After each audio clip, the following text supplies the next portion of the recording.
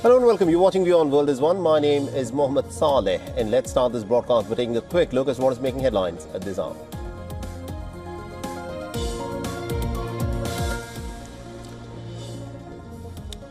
The Russian Foreign Minister Sergei Lavrov warns the United States and Russia are very close to engaging in direct military conflict.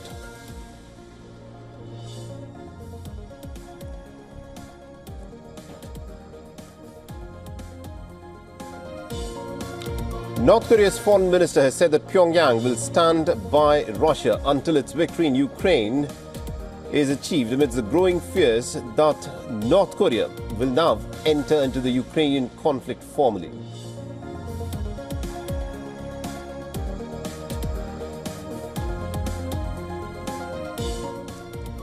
At least 47 more Palestinians have been killed and dozens more have been injured in overnight Israeli bombing of Deir al-Balah and the Nusayrat refugee camp and the Al-Zawadia region in central Gaza.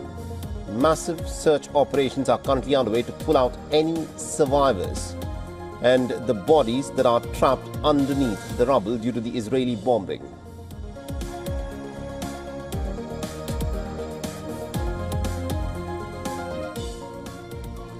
And Spain has sent more troops to help search for dozens of people who are still said to be missing after the devastating floods that have killed 158 people, with hopes of finding the survivors fading 3 days after the disaster.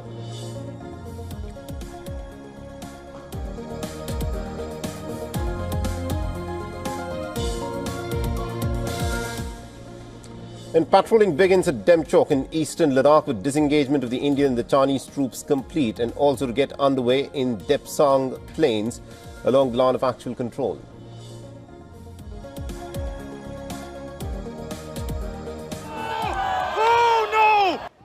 On to other news now. Chilling video of a dangerous street takeover that sends two teens to the hospital in Anaheim. It is circulating on social media and is part of the police investigation. The video captures the moment a black Dodge Charger loses control and crashes into a group of spectators, apparently pinning several people and angering the crowd. Orange County reporter David Gonzalez shows us that the search is still on for that driver. It's absolutely unsafe and unacceptable behavior. This video posted on social media is at the center of an Anaheim police investigation following a dangerous street takeover early Friday morning. The clip captures the moment the driver of a black Dodge Charger loses control and crashes into a group of spectators, possibly pinning several people under the car. When our officers got here, nobody was found under the vehicle. However, there were two 19-year-old males that were suffering from major injuries laying in the middle of the street. Still a guy under. The video then shows the angry mob surround the car as some people jump on it. The driver fled the scene on foot. Anaheim police says multiple cars and hundreds of people took over the intersection of State College Boulevard and Orangewood Avenue. Drivers performed stunts as the crowd set off fireworks. I was concerned because I thought I heard explosions. Residents who live near the intersection say this kind of illegal activity puts them on edge. This is not the first time it happens. It happens before, and then when the police shows up, they just scatter. Anaheim police says addressing street takeovers has its challenges. It used to be where this was done over social media with open source pages. Now they're using WhatsApp and other type of social media applications to contact people to identify where these locations of these incidents are going to happen. The teens who were ran over are listed as stable. The driver who ran away could face serious charges, including felony hit and run. Anaheim police says videos from this morning's takeover will be crucial in their investigation, so they're asking anyone who was here and has videos of the takeover to please come forward.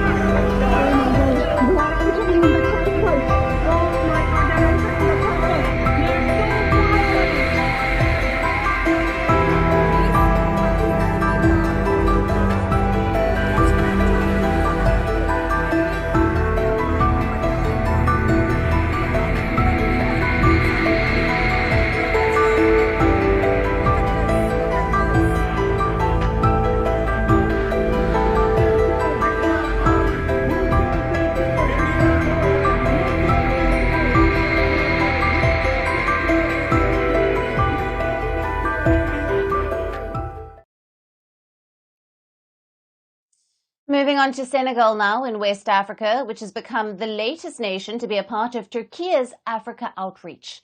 After similar deals with Somalia and Niger, the Eurasian nation has signed a new oil cooperation deal with Senegal. Turkey will be helping Senegal with oil and natural gas exploration, as well as production and trade. The deal was signed after a meeting between new Senegalese President Bassirou Diomaye Faye and his Turkish counterpart Recep Tayyip Erdogan met in Ankara last week. Now, as per the deal, Turkey will contribute to seismic exploration activities in the onshore and offshore Senegal, as well as the fields of renewable energy, critical and rare earth minerals. Senegal is one of the world's newest oil producers. Production at the West African nation's first offshore oil project has started only in June of this year. The project, called the Sangomar Deepwater Project, aims to produce 100,000 barrels of oil per day. It is operated by an Australian firm. Senegal is also awaiting the beginning of its inaugural gas project, the Greater Tortue Ahmeyim gas field, and it is expected to produce 2.3 million metric tons of natural gas per year in its first phase. Now, it's like Senegal. Turkey has signed oil cooperation and exploration deals with other African nations as well. Just last month, Turkish exploration vessel, the Arak Reis, had arrived in the Somali capital of Mogadishu to start searching for oil and natural gas. The deal with Somalia allows Turkey to drill in 3 areas, each measuring roughly 5,000 square kilometers. Ankara has also signed defense and security deals with Mogadishu and is also involved in Somalia's agriculture and construction sectors. Turkey has also signed an oil cooperation deal with the junta-led Niger, its new partner in the Sahel region. Now, Niger has been seeking alternative engagements after cutting ties with Western nations, particularly France and the US. Filling that gap has been Russia, which now has access to Niger's military bases in exchange for weapons and training. And now, joining Russia is Turkey, which is also reportedly seeking access to Niger's uranium ores for its nuclear power plants. Turkey is looking to expand its foothold across Africa. Ankara is competing with major powers like Russia, the US, China and France in the continent. In recent years, it has gained significant edge in establishing itself as the next big player. Ankara has signed military cooperation agreements with more than 25 African countries, supplying them with Turkish-made weapons, including attack drones, helicopters, training aircraft and armored vehicles. Turkey is also reportedly the 4th largest arms supplier to sub-Saharan Africa. Ankara also expressed its will to forge deeper ties in the continent during a Turkey-Africa summit hosted in Djibouti, which was attended by 14 African nations over the weekend. Turkish Foreign Minister Hakan Fidan, who presided over the summit, said that trade with the continent surpassed $35 billion last year, and Turkey's direct investments now totaled $7 billion. In African countries, Turkey fully supports the fight against terrorism and continues to support local and regional initiatives aimed at strengthening stability, building capacity and confidence through the continent. Turkey continues to invest heavily in the continent with its political, security, economic, social and humanitarian capabilities. So far, Ankara's influence had been limited to the Horn of Africa and North Africa due to geographical and religious link. However, with more deals in the pipeline, Turkey is trying to meet its goals through Africa in an attempt to emerge as the next big player. Washington is all set for a presidential battle like no other. In less than 90 days, it's either going to be him or me sitting in the Oval Office. Kamala Harris versus Donald Trump. All we want is one simple thing. Get out on Tuesday.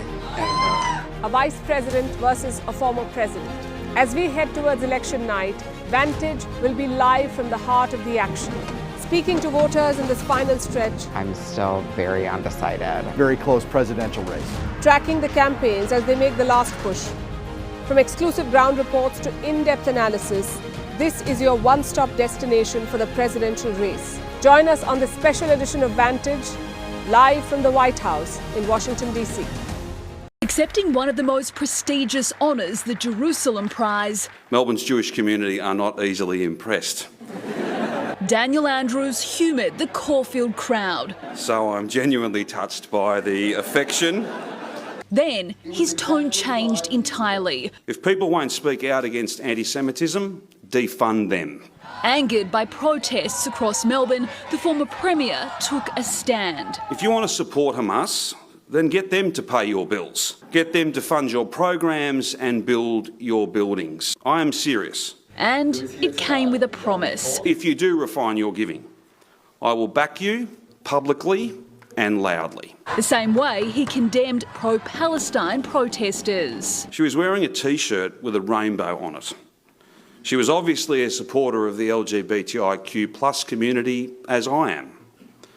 Ladies and gentlemen, try wearing that T-shirt in Gaza and see how that works out for you. Among those in the room, Liberal MP David Southwick. The Jewish community have been so supportive when it comes to health, education, philanthropy, right across the board. Mr Andrews' speech comes just months after Jacinta Allen was publicly ridiculed for not taking enough action at a function celebrating the creation of Israel. Mr Andrews attended the same event and was welcomed with open arms. The Jewish community are feeling deserted both by Anthony Albanese and Jacinta Allen, and they see them as weak leaders compared to what they saw from Daniel Andrews. Chanel Vella, 7 News. Here's what Trump had to say about new tariffs on Mexico. He says it will be in response to migrants entering the U.S. from the southern border. Take a listen. If they don't stop this onslaught of criminals and drugs coming into our country, I'm going to immediately impose a 25% tariff on everything they send in to the United States of America.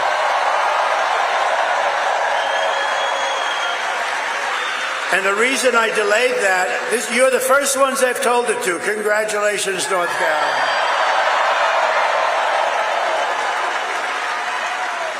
And it's only got a 100% chance of working, because if that doesn't work, I'll make it 50. And if that doesn't work, I'll make it 75 for the tough guys. And I'll make it 100. Then I'll make it 100.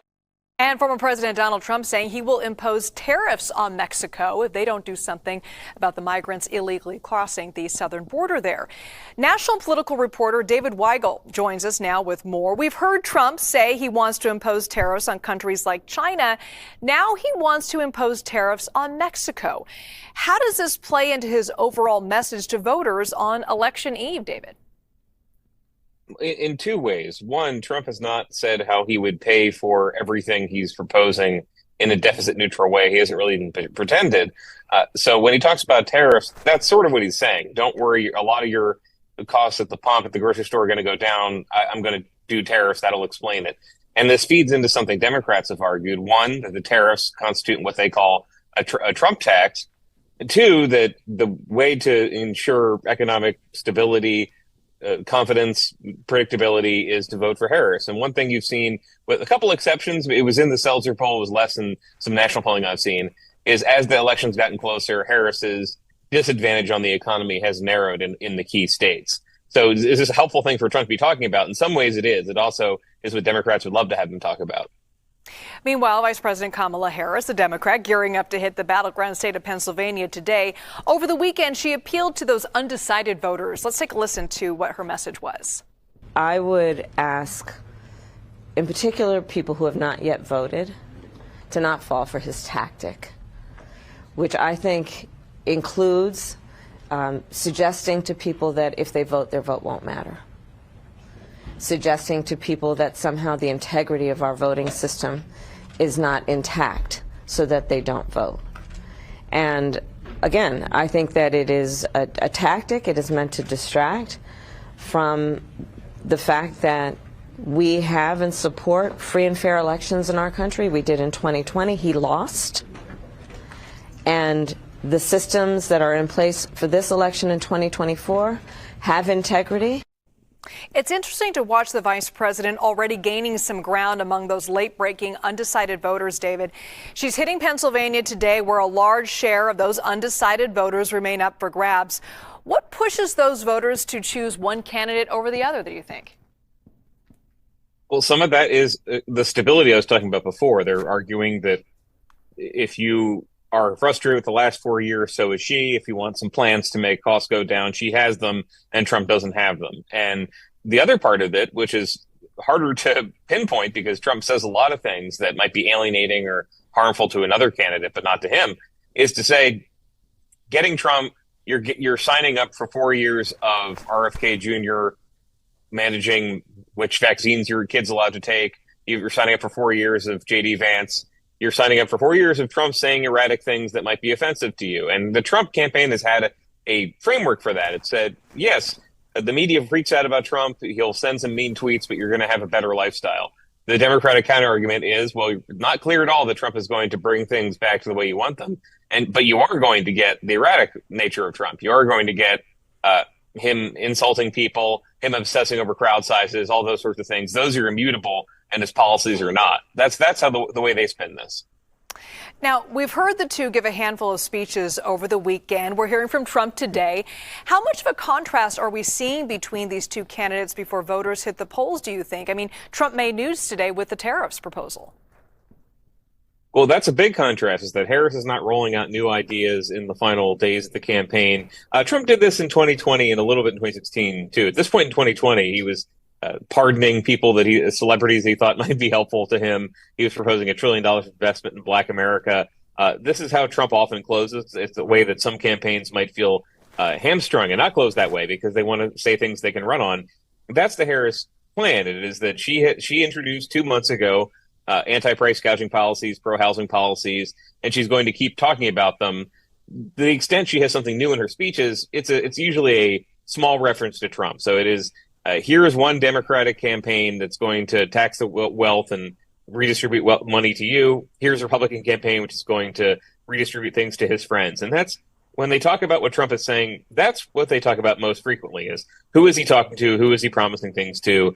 It's to very wealthy people who have no interest in your life. That's some of what Harris is saying. It's also in a lot of their closing ads that emphasize, look at Elon Musk supporting Trump. Why do you think he's doing that? You think it's because he's interested in your welfare, or he's interested in government contracts and a tax cut?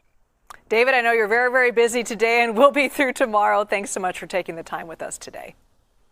Less than 48 hours until Election Day, former President Donald Trump made yet another campaign stop in our part of Pennsylvania. Thanks for joining us tonight. I'm Amy Lutz. I'm Evan Forrester. The former president made a last-minute push with supporters in Lititz, Lancaster County. Fox 43's James Corrigan was at the event and has details of what Mr. Trump discussed. Former President Donald Trump spent much of his nearly 1 hour and 40-minute speech at the Lancaster Airport Sunday on attacking the U.S. election system. Trump falsely implied that the 2020 election was stolen from him and called on the elimination of all early and mail-in voting. He also called on states to use paper ballots, which are already used in 44 states, including Pennsylvania. Every day they're talking about extending hours and stuff. Who ever heard of this stuff? We should have one-day voting and paper ballots. Trump falsely implied that voting machines can be hacked despite them not being connected to the internet, and suggested that vote counting on election night should have a cutoff time. These elections have to be decided by 9 o'clock, 10 o'clock, 11 o'clock on Tuesday night. The former president commented on the approximately 2,500 fraudulent voter registration applications submitted to Lancaster County and flagged by county officials and the district attorney, while incorrectly stating that the fraudulent documents in question were ballots. In Lancaster, they found 2,600 ballots, all done by the same hand. In other words, the same exact penmanship. Trump also attacked the news media, suggesting that any future attempts to shoot him should have to go through the media risers at his rallies. But all we have really over here is the fake news, right? And to get me, somebody would have to shoot through the fake news And I don't mind that so much. The former president accused his opponent, Vice President Kamala Harris, of causing inflation and allowing murderers and people from mental institutions over the border, and urged his supporters to vote on Tuesday. We got to get our country straightened out or we're not going to have a country. All right? That's all. And you have a chance in 2 days. And if you don't vote, you're stupid. You're stupid. And as the former president leaves the stage, we find ourselves nearing just 24 hours before the polls open in Pennsylvania. Both Kamala Harris and former President Trump crisscrossing the Commonwealth in the final 2 days of this election to try and win every vote and to try and make their final case to become the next president of the United States. In Lititz, I'm James Corrigan with Fox 43 News. In this episode, we will discuss an exciting planetary parade featuring all 7 of the other planets. A planetary parade is set to become visible in the night sky in January 2025. 6 planets will come in line and will be visible together for weeks after that. A 7th member of the solar system will later join them, giving skygazers a New Year's treat. Venus, Mars, Jupiter, Saturn, Neptune and Uranus can be seen together, shining in the sky in the first month of 2025. These 6 planets will start becoming visible in the days before January 21st, 2025. They will remain there for around 4 weeks afterwards. 4 of these planets, Mars, Venus, Jupiter and Saturn, are likely to be visible to the naked eye. However, you'll need a telescope to watch Uranus and Neptune. The best time to watch the planetary parade is after sunset, at around 8:30 p.m. local time. Venus, Saturn and Neptune won't stay up for long and will be on the horizon for only some time. They will go below the horizon from 11:30 p.m. to midnight. Meanwhile, Mars, Jupiter and Uranus will remain in the sky for almost the entire night. They will also slowly start setting, with Mars last to go down just before sunrise. While there have been a few planetary parades in the past, this one is expected to be the best of all, since it will continue to remain visible for a long time. The planets will be sitting in the best positions and will present a spectacular view for weeks, at least until the end of February. The exciting thing about this cosmic spectacle is that it will turn into a 7-planet parade for a few days. All the other 7 planets of our solar system will be visible at the same time when Mercury also joins the party. However, it might be hard to catch all of them together since Saturn, Mercury and Neptune would be too close to the Sun when it sets. Their visibility will decrease by the start of March, as Mercury, Saturn and Neptune would have moved too close to the Sun. Soon, Venus will also become less and less visible. Jupiter, Mars and Uranus would be left there for the next few weeks. The planetary parade is expected to be visible at almost all locations, not only in the US but also in Mexico, Canada and India, since the spectacle will remain in the sky for weeks. The best viewing window will be between January 21, 2025 and February 21, 2025. The week of January 29 during the new moon will be the most ideal time to watch the planetary parade. That's all from this podcast. Thanks for listening.